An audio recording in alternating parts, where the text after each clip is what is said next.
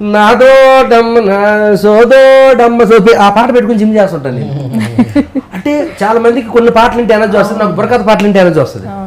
So అలాగే మేము చిన్నప్పటి నుంచి మా అందుకనే నేను పట్టుకున్నాడు సింగర్గా మరి డైరెక్ట్. ఏమో మరి కాగా అంటే లేదు డార్లింగ్, చిన్నప్పటి నుంచి ఆవిడ పాటలు విని బతికోలేము మేము, ఆవిడ పాటలు విని పెరిగామండి మేము.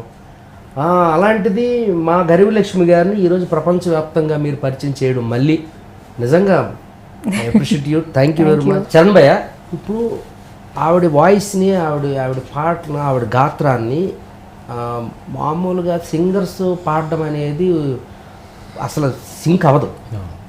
ఎందుకంటే గరివి లక్ష్మి గారి వాయిసే అలాంటి వాయిస్ మళ్ళీ ఆ పాటని ఇంకొకరు పాడారంటే వినబుద్ధి కాదు, ఫస్ట్ ఒప్పుకోరు, ప్రేక్షకులు ఒప్పుకోరు. ఎందుకంటే ఆవిడ వాయిస్కి అలవాటు పడిపోయాం మేము అందరం. ఇప్పుడు ఇన్ని పాటలు పాడించింది ఎవరితో? అనన్య భట్ గారు కదా. ఎలా ప్లాన్ చేశారు? అంటే ఈ సింగర్ సెలెక్షన్ అనేది మ్యూజిక్ డైరెక్టర్గా నేను ఈ ప్రాజెక్టులోకి రాకముందు నుంచే తను గ్రౌండ్ వర్క్ చేస్తున్నాడు. ఆల్మోస్ట్ ఇండస్ట్రీలో ఉన్న టాప్ సింగర్స్ అందరితో ట్రై చేశాడు పాపం ఆయన. మ్యూజిక్ డైరెక్టర్ లేకుండా ఆయన ఎలా కాంటాక్ట్ అయ్యాడు, వాళ్ళు ఎలా తెచ్చుకున్నారో నేను అప్పటికి ఆశ్చర్యపోయినా.